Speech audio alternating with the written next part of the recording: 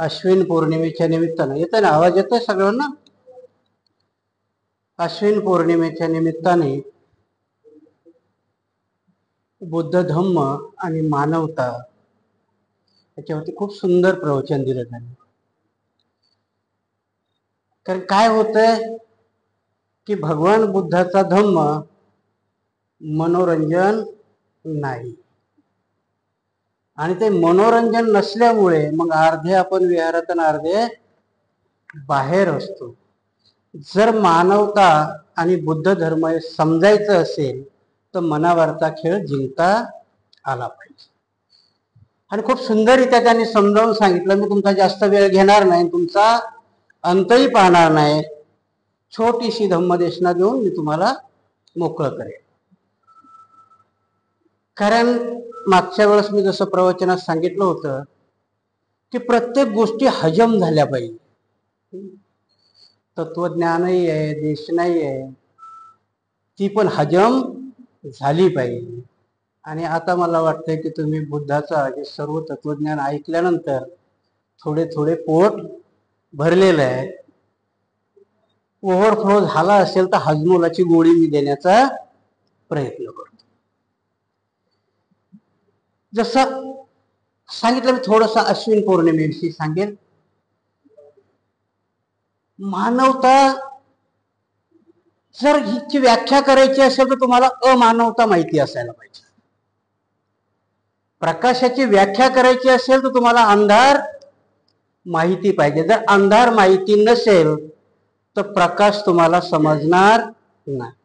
आणि बाबासाहेब एका देशातल्या जेलाचं उदाहरण द्यायची की तिथे एक उदारमतवादी राजा आला आणि त्याने आपल्या कारागृहातले सगळे कैदी सोडून दिले.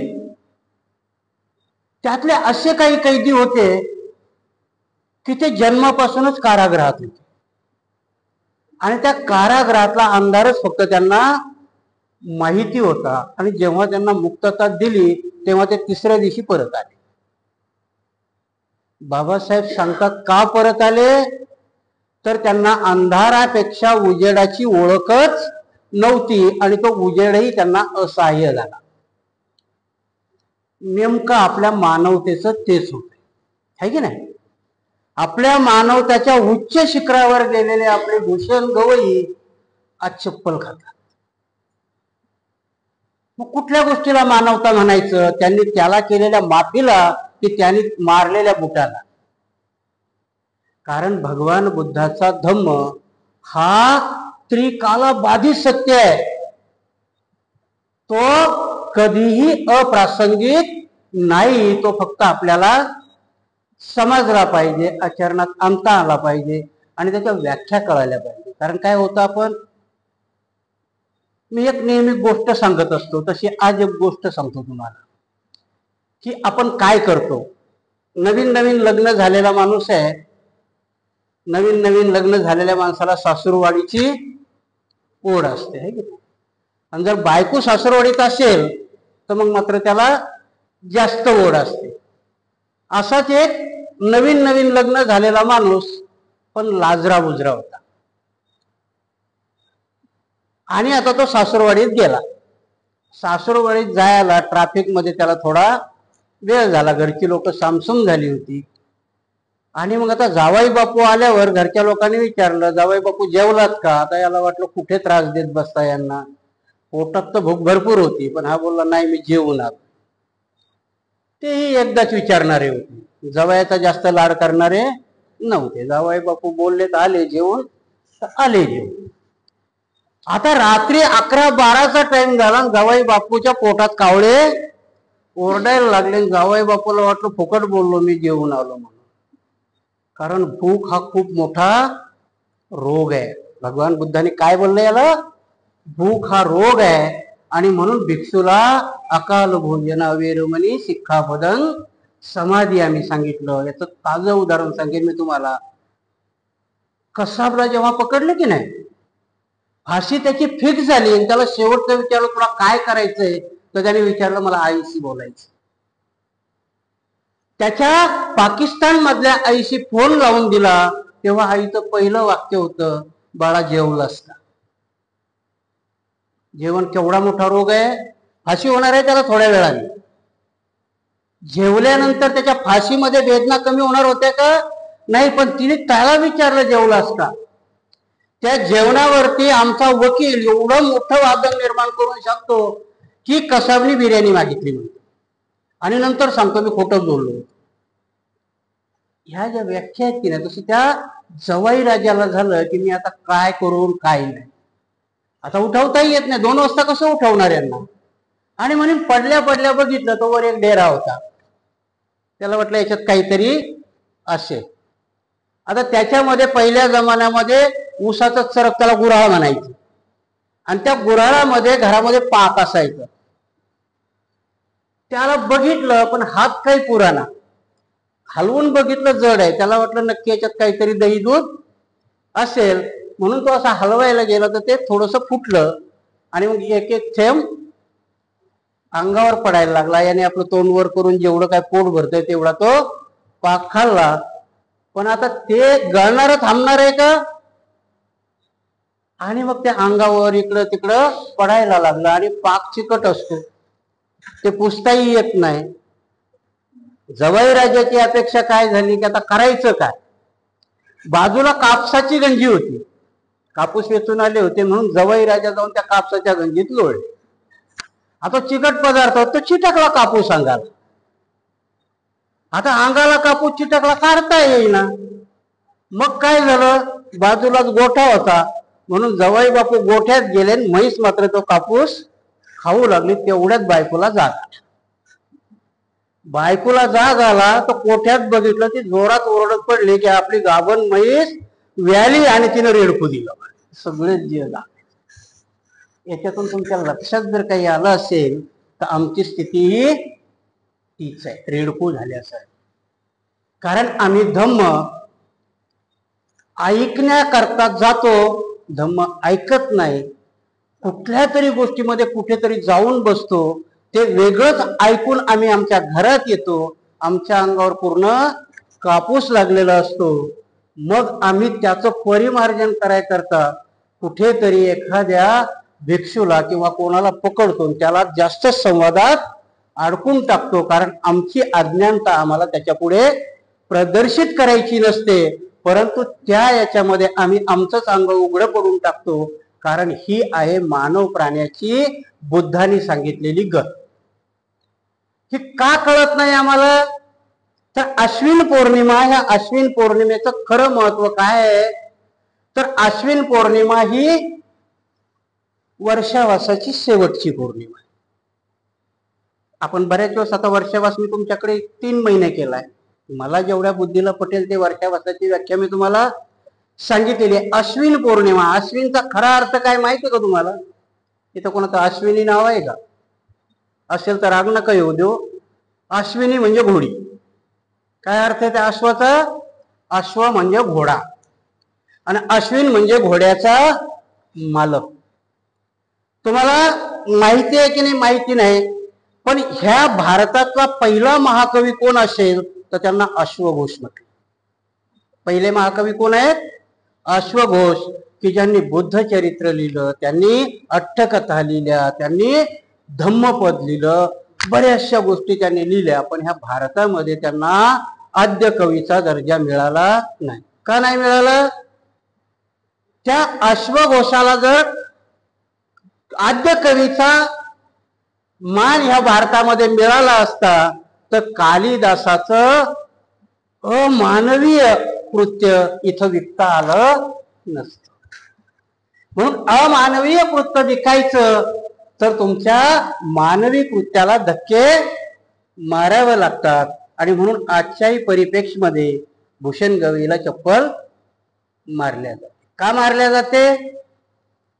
परत मी तुम्हाला एक गोष्ट सांगतो की पाप कशाला म्हणायचं, अकुशल कर्म कशाला म्हणायचं, कारण आपल्या व्याख्या बदललेल्या आहेत. मी इथे सांगितली असेल बहुतेक ती गोष्ट, तुम्हाला ऐकली असेल. परंतु एक भिक्षू आहेत, दुपारच्या वेळेला भिक्षू येतात. कधीच विहारात न जाणाऱ्या बाईच्या चित्तामध्ये निर्माण होतं की भंतीजीला आपण आज निदान पाजलं पाहिजे, चांगलं चित्तात तिच्या निर्माण होतं. आणि म्हणून ते भंतेजीला बोलते, भंतेजी उन्हाची वेळ झाली, तुम्ही या घरी थोडस पाणी प्या आणि नंतर जा. भंतीजीला उन्हाची तहान लागलेली असते म्हणून भंतीजी घरात जातात, पाण्याचा ग्लास पितात. बाई घड्याळाकडे बघते, 11:15चा वेळ झालेला आहे. भंतीजी 12च्या आत जेवतात म्हणून ती काय म्हणते की भंतीजी जेवण तयार आहे, जेवणच करून घ्या. भंतीजीला निमंत्रण दिलं. भंतीजी म्हणतात ठीक आहे, माझी जेवणाची वेळ झाली. भंतीजीला बाई जेवण देते, वाढून देते. त्याच्यानंतर लक्षात येतं की मी आज चित्तात चांगली गोष्ट माझ्या निर्माण झाली. मी कधी विहारात जात नाही, कधी भिक्षूला माझ्या घरी बोलवत नाही. आज जेवण तर दिलं, पण भंतीजी करता एखादी स्वीट डिश दिली असती तर अजून उत्तम झालं असतं, पण ती काही माझ्याकडे बनलेली नाही. म्हणून मैत्रिणीचं घर शेजारीच आहे आणि ती तिला विचारते तुझ्याकडे काही आहे का, तर ती आनंदानं म्हणते नेमकीच खीर बनवली. खीर बनवली म्हटल्यावर मग ती घेऊन येते. भंतीजी आला, आता ते खीर घेऊन येते. भंतीजी आनंदाने खीर खातात. पाणी पिल्यानंतर भंतीजी जाग्यावर मारतात. आता सगळ्याच्या पुढे पेच प्रसंग निर्माण झाला. बाजूला 2 बाया होत्या, त्या नेहमीच विहारात जायच्या, अष्टशिलाचं त्यांच्या पद्धतीने पालन करायच्या. तिन्ही वंदना पाठ. आणि म्हणून त्या दोघी बोलल्या की नाही नाही म्हणे, या दोघींनी नक्की मोहन भागवतची सुपारी घेतली, भंतीजी मारला. पण कधीच जात नव्हत्या विहारात. आजच कसं सुचलं म्हणे यांना भंतीजीला भोजन द्यायचं. नक्की काहीतरी काळ वेरे. भंतीजीच्या मृत्यूवरती इन्क्वायरी कमिटी बसवू.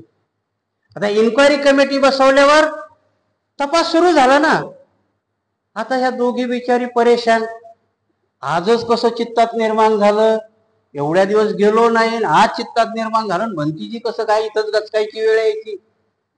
परंतु जेव्हा त्या इन्क्वायरी कमिटीला सत्य शोधनामध्ये सत्य सापडलं की ज्या वेळेस ही बाई खीर घेऊन हिच्या घरी येत होत होती, त्यावेळेस वर्ण एक घार सापाला आपल्या पंजामध्ये घेऊन जात होती आणि तो साप घारीला असताना त्याचं विष त्या खिरीच्या वाटीमध्ये पडलं.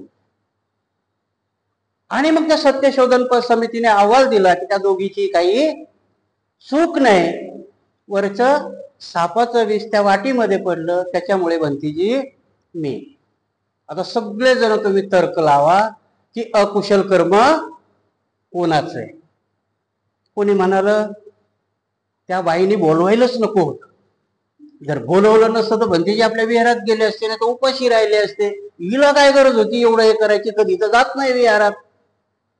लोक म्हणे अरे कधीच्या नव्हत तिच्या चित्तात निर्माण झालं, चांगलं काम करत होती ना ती, वाईट काही करत होती का. तिचा तर काही दोष नाही, कारण तिच्या चित्तात चांगलं आलं होतं की भिक्षूला जेवण दिलं पाहिजे, कारण भिक्षूला भोजन देणं हे चांगलं दानातलं काम आहे. मग दुसरं कोणाचं आहे तर म्हणजे तिने खीर बनवली, ती नसती बनवली तर भंतीजी नसती खाल्ली, म्हणून तिचा दोष आहे. तर परत चौकशी केली, अरे बाबा तिच्याकडे बनवलेली होती, ती प्रेमानं मागितली आणि आपल्यामध्ये खिरीला खूप पवित्र स्थान दिलेलं आहे म्हणून तिने दिली, तिचाही दोष नाही. अकुशल कर्म तिचंही नाही. मग लोक म्हणे सापाचा दोष. सापाचा कसा दोष, तो बिचारा त्याचा जीव वाचवत होता, त्याला त्या घारीने पकडलंय, तो त्याचा जीव वाचवण्याचा प्रयत्न करत होता. त्याच्याजवळ शेवटचं अस्त्र, त्याच्या दातातलं विष आहे, तो तिथे टाकत होता. आता ते खाली पडलं, त्याला तो काय करेल. ते म्हणे तेही बरोबर आहे. आणि नंतर मग विचारलं की त्या घारीचा दोष आहे. मग तिचं भक्ष घेऊन जात होती ती. स्वतःच भक्ष मिळवणं हे काही पाप नाहीये. आणि मग सगळे जण परत त्या भंतेजीच्या गुरुकडे गेले. भंतेजी म्हणे असं असं सिच्युएशन झालं, याच्यात अकुशल कर्म कोणाचं आहे. भंतेजी म्हणले त्या दोघी होत्या ना की ज्यांना वंदनाही पाठ आहेत, त्या विहारातही जातात आणि त्या म्हणत होत्या भागवतनी याची सुपारी दिली, त्यांचं जरा चेक करून बघा. आपली तऱ्हा ती आहे. आपल्याला मानवता कुठं शिकली पाहिजे आणि बुद्धाने कुठे शिकवली ही ज्या दिवशी कळते त्या दिवशी तुमच्यावाले सगळे सुख तुमच्याजवळ आलेले असतात. त्यांनी सांगितलं की भौतिक सुख आपल्याला, भगवान बुद्धांनी दारिद्र्याचा विरोध केलेला आहे. बाबासाहेबही तुम्ही उन्नत व्हावं म्हणून आपली 4-4 अपत्य गमावताय. आणि या सगळ्या गोष्टीमध्ये जर आपल्याला काही कळायचं असेल तर याच्यात विकृती कशी आली. मी जसं सांगितलं की मानवता समवायला अमानवता कळली पाहिजे. आणि म्हणून अश्विन पौर्णिमेला काय करत होतो आपण, वर्षावासाच्या शेवटच्या दिवशी रात्रभर भिक्षू जागायचे, आपल्या संघनायकाकडे आपली परीक्षा द्यायचे, परित्राण पाठ असायचा, त्याच्यामध्ये बुद्धी जर काही कमतरता असेल तर ते आपल्या गुरुकडून आत्मसात करायची. कारण उद्यापासून ते आता धम्म प्रचाराला जाणार आहे. ह्या गोष्टीला काउंटर करण्याकरता आजची पौर्णिमा म्हणजे कशी मानल्या जाते, कोजागिरी पौर्णिमा. माहितीये का तुम्हाला काय आहे आज, कोजागिरी पौर्णिमा. तिथेही रात्रभर जागल्या जात. दुधाचं त्याला काय म्हणतात ते बासुंदी म्हणतात. तुमची खीर बनत होती त्यावेळेस भंतीजी जेव्हा जागत होते की नाही, तेव्हा तुम्ही खीर बनवून आणून त्या भिक्षूला द्यायचे. कारण रात्रभर त्यांच्यावाला परित्राण पाठ म्हणायचे तुम्ही त्याला, तो परित्राण पाठ चालायचा. तीच विकृती काय बनवली, कोजागिरी पौर्णिमा. रात्रभर जागायचं, दुधामध्ये साखर टाकायची आणि त्या चंद्राचं प्रतिबिंब त्याच्यात बघायचं आणि सगळ्यांनी प्यायचं आणि बोंबलत घरी जाऊन झोपून राहायचं. ही केलेली मानवतेची विकृती आहे. कारण तुमच्यामध्ये बुद्धी आली नाही पाहिजे आणि तुमच्यामध्ये मानवताही जागृत झाली नाही पाहिजे. बौद्ध धर्म मग कसा मानवतेचा धर्म आहे, तर तुम्हाला 5 सिद्धांत त्यांनी सांगितले. मी ते सिद्धांत सांगण्याच्या भानगडीत बघणार नाही, कारण सिद्धांत ही खूप मोठी गोष्ट आहे. त्यांनी थोडक्यात सांगितले. कार्यकारण भावाचा सिद्धांत हा समजून घ्यायला तुम्हाला आपल्याला कमीत कमी 1 महिना तरी लागेल. त्याच्याशिवाय तो कार्यकारण भावाचा सिद्धांत आपल्याला समजणार नाही. हा पोकळा त्यांनी उदाहरण देऊन सांगितलं, त्यांच्या पद्धतीने सांगितलं. परंतु जर ही मानवता समजायची असेल तर भगवान बुद्धांनी पहिलं जर आपल्याला काय तत्व दिलं असेल तर भगवान बुद्ध सांगतात की तुम्ही समता पाळली पाहिजे. समतेशिवाय बुद्धाचा धर्म तुम्हाला कळू शकणार नाही. कारण ती समता कुठल्या प्रकारची समता आहे, भगवान बुद्धाला हा धम्म द्यायची वेळ का आली असेल. मी प्रत्येक वेळेच्या याच्यामध्ये सांगितलं की भगवान बुद्ध तुम्हाला त्या वेळेचे भिक्षू करता देणारे 10 शील देत नाही. किती शील देतात, 5 शील. कारण त्या 5 शीलाचं अति उग्र रूप त्यावेळेस होत होत. पानातिपाता वेरमणी त्यावेळेच्या होम हवनामध्ये पशु पक्षी जाळून मारल्या जात होते आणि म्हणून बुद्धाला ते पहिलं शील द्यावं लागलं होतं. कारण मानव तिथे क्रूर होता. मानव त्या प्राण्याचा बळी घेत होता, परंतु त्याला धम्माचं स्वरूप देत होता, धर्माचं स्वरूप देत होता. कारण धर्म काय सांगतो की ज्या प्राण्याची आहुती होमामध्ये दिली तो डायरेक्ट कुठे जातो म्हणे, स्वर्गात जातो. आणि बुद्धाने ह्या होम आणि हवनाच्या पुढे कुठलंही आंदोलन केलं नाही. भगवान बुद्धांनी कृती सांगितली की जसा माणसाला जीव आहे तसा प्राण्यालाही जीव आहे. ही मानवता भगवान बुद्धांनी शिकवली. आता ती अप्रासंगिक आहे का, मी मागच्या वेळेस बरंच सांगितलं की भगवान बुद्धाच्या आणि बाबासाहेबाच्या या पिरियड मध्ये बरेचसे बोधिसत्व येऊन गेले, पण त्या बोधिसत्वाला मार्ग माहिती नव्हते, पण ते त्यांच्या पद्धतीने सांगत गेले. आणि म्हणून बाबासाहेब कबीराला गुरु मानतात. कारण कबीराने हेच सांगितलं होतं. त्या पंड्याच्या काशीच्या तिथे उभा राहून तो सांगत होता, अरे बाबा दगड पूजण्यात देव नाहीये, ही मानवता नाहीये. देवाच्या पुढे बळी देणं ही मानवता नाहीये. ज्या काशीमध्ये मेल्यानंतर स्वर्ग मिळतो त्या काशीमधून मरणाच्या वेळेस कबीर मरगटला जातात. मरगटची ख्याती काय तुम्हाला माहिती आहे की नाही माहित नाही, पण मरगट मध्ये मेलेला माणूस नरकात जातो. तिथे बंड केलं कबीराने. कबीर तिथे गेले कारण त्यांना ती मानवता दाखवायची होती की अशा गावामध्ये गेल्यानंतर माणूस नरकात जात नाहीये. ती बुद्धाची मानवता आहे की तुझं जर आचरण चांगलं असेल तर तू चांगल्या गतीला जाशील, तुझं आचरण वाईट असेल तर तू वाईट गतीला जाशील. म्हणून जसं करशील तसं भरशील, हा सांगणारा जगातला पहिला वैज्ञानिक भगवान बुद्ध आहे. बाकी कुणीही नाही सांगितलं. कृष्ण सांगतो माझ्यावर विश्वास ठेवा. गॉड सांगतो मी तर माझा पोरगा पाठवला होता. मोहम्मद पैगंबर सांगतात आता मी शेवटचा पैगंबर आहे, माझ्यानंतर पैगंबर येणार नाहीये. पण भगवान बुद्ध सांगतात की तूही बुद्ध होऊ शकतोस. भगवान बुद्ध काय सांगतात? तूही बुद्ध होऊ शकतोस. आठ एक आहे फक्त खाली की तुला मी सांगितलेल्या मार्गाने जावं लागेल. ती मानवता आहे.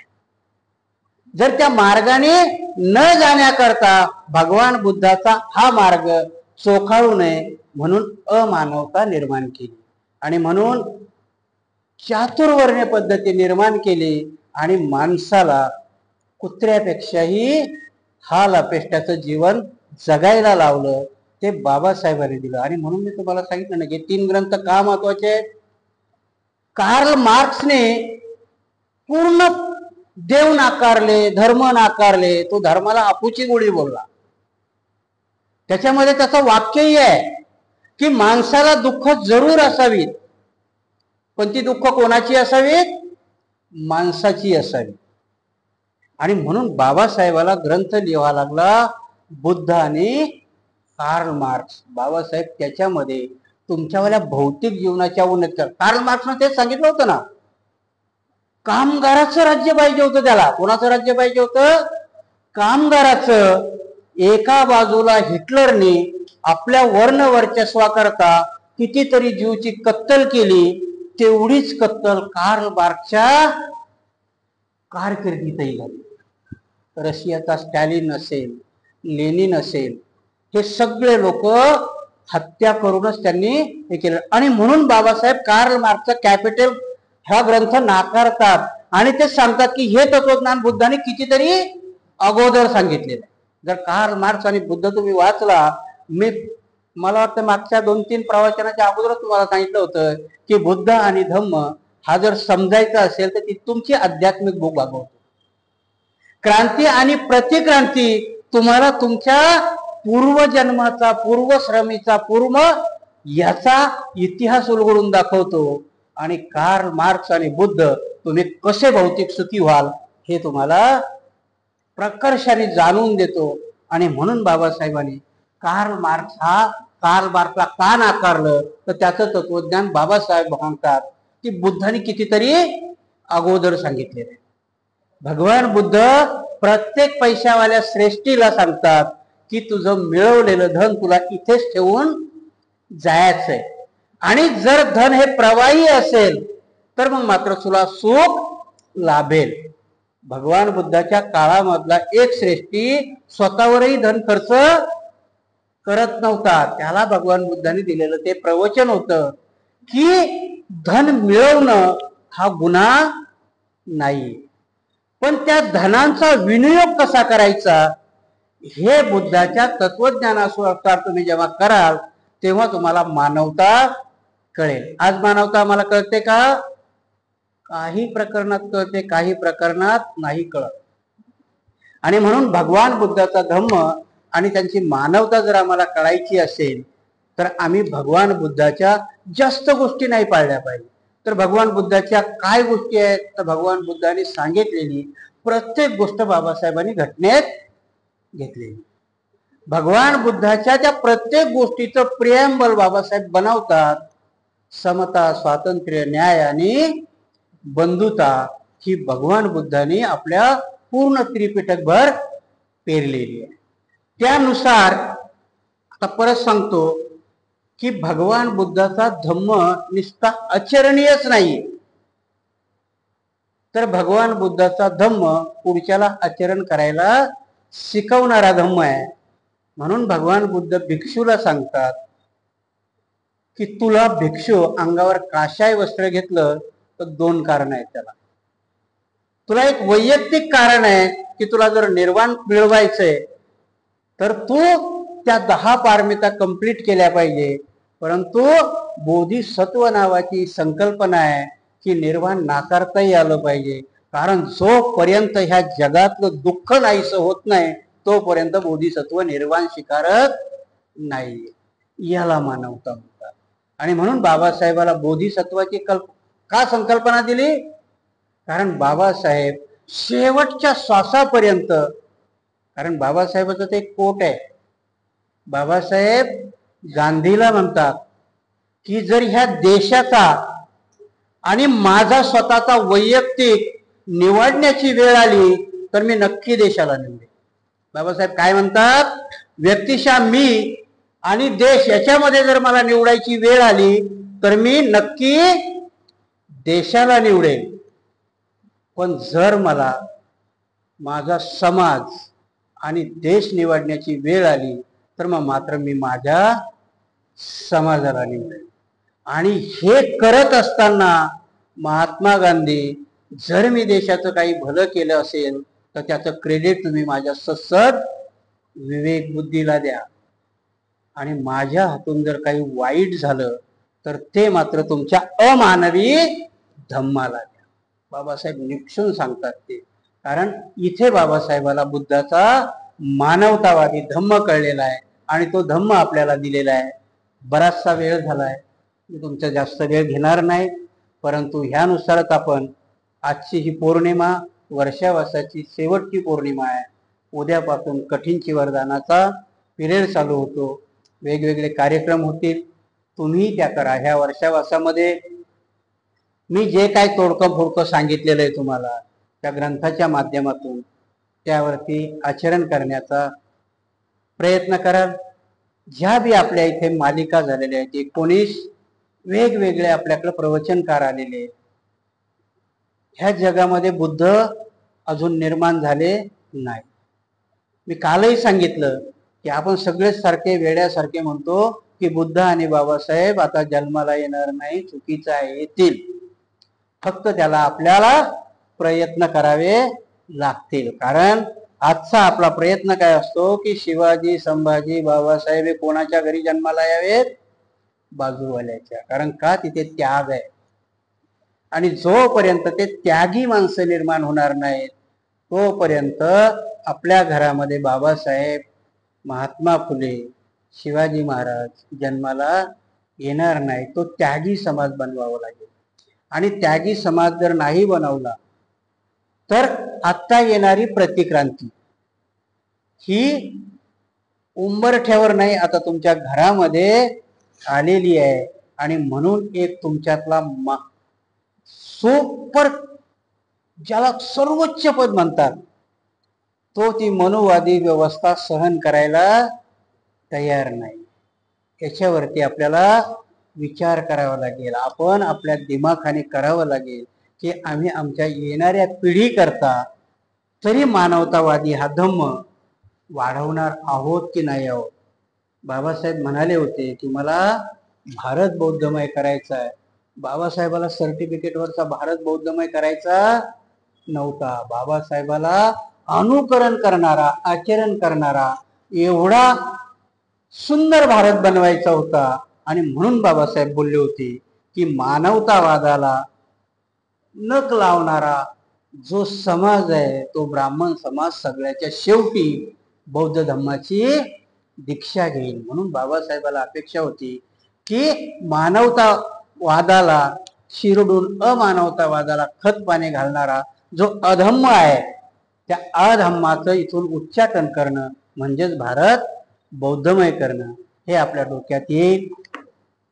खूप वेळ झालेला आहे आणि म्हणून जास्त वेळ न घेता मी माझी धम्मदेशना इथेच समाप्त करतो. भवतु सब्ब मंगलम रक्षन्तु सब्ब देवता सब्ब बुद्धानु धम्मानु संघानु भावे सदा स्वस्ति भवन्तु. सुखी व्हा.